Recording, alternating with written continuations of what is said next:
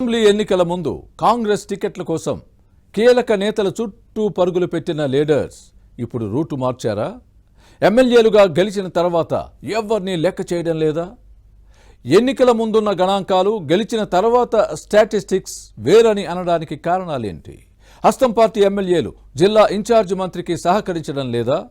మా ఇలాకాలో ఆయన పెత్తనమేంటని క్వశ్చన్ చేస్తున్నారా? తొలుత జిల్లాపై ఫోకస్ పెట్టిన ఆ మంత్రి తర్వాత తన అటెన్షన్ను మార్చేశారా? ఇంతకీ ఎవరా నేతలు, ఏ జిల్లాలో ఈ పరిస్థితి నెలకొంది? Let's watch this inside story.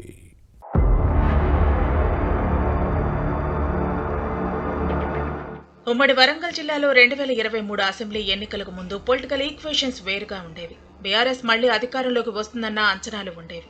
చాలా మంది రాజకీయ నాయకుల నోట వినిపించిన మాట కూడా ఇదే.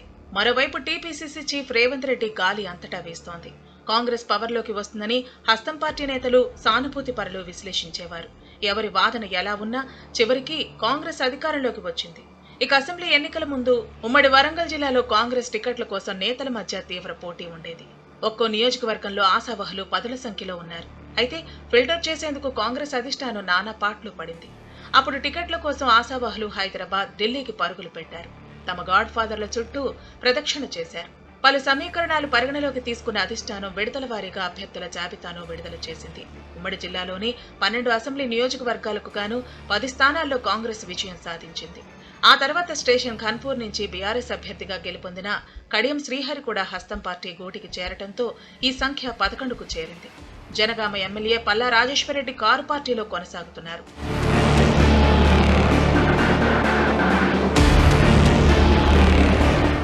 కాంగ్రెస్ అధికారంలోకి వచ్చిన తర్వాత ఆయా ఉమ్మడి జిల్లాలకు ఇన్ఛార్జి మంత్రులను నియమించారు ముఖ్యమంత్రి రేవంత్ రెడ్డి.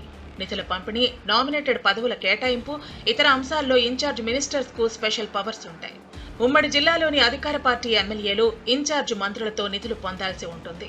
ఖమ్మం జిల్లా పొంగులేటి శ్రీనివాసరెడ్డి ఉమ్మడి వరంగల్ జిల్లా ఇన్ఛార్జ్ మంత్రిగా ఉన్నారు. నియమించిన తొలి రోజుల్లో ఈయన వరుసగా వరంగల్ జిల్లా ప్రజాప్రతినిధులు, అధికారులతో పలు సమావేశాలు నిర్వహించారు. అభివృద్ధి కార్యక్రమాల్లో పాల్గొన్నారు. అప్పుడు స్థానిక ఎమ్మెల్యేలు, మంత్రులు, అధికారులు కూడా పూర్తిగా సహకరించారు. కానీ రాను ఇన్ఛార్జి మంత్రి, ఎమ్మెల్యేల మధ్య గ్యాప్ పెరిగింది. ఇది సమస్యలకు కారణమవుతోంది.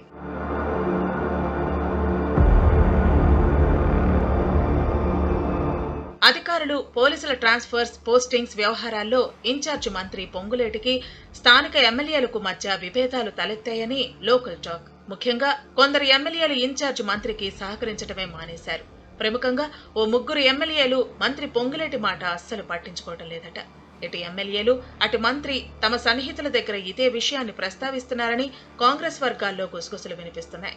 అసెంబ్లీ లాబీల్లోనూ ఇదే అంశాన్ని చర్చించుకున్నారట. అలాగే ప్రభుత్వం నుంచి నిధులు తెచ్చుకునే విషయంలో కొందరు ఎమ్మెల్యేలు ఇష్టారీతిన వ్యవహరిస్తున్నారన్న వాదనలో ఉన్నాయి. ఇన్ఛార్జి మంత్రికి చెప్పకుండానే నేరుగా ఆయా శాఖలు, మంత్రులు ముఖ్యమంత్రి దగ్గరకు నేరుగా వెళుతున్నట్టు సమాచారం. అలాగే తమ నియోజకవర్గాల్లో అధికారిక కార్యక్రమాలకు కూడా ఇన్ఛార్జి మంత్రిని ఆహ్వానించడం లేదట కాంగ్రెస్ ఎమ్మెల్యేలు. దీంతో శాసనసభ్యుల తీరుపై పొంగులేటి శ్రీనివాసరెడ్డి ఫైర్ అవుతున్నారని సమాచారం.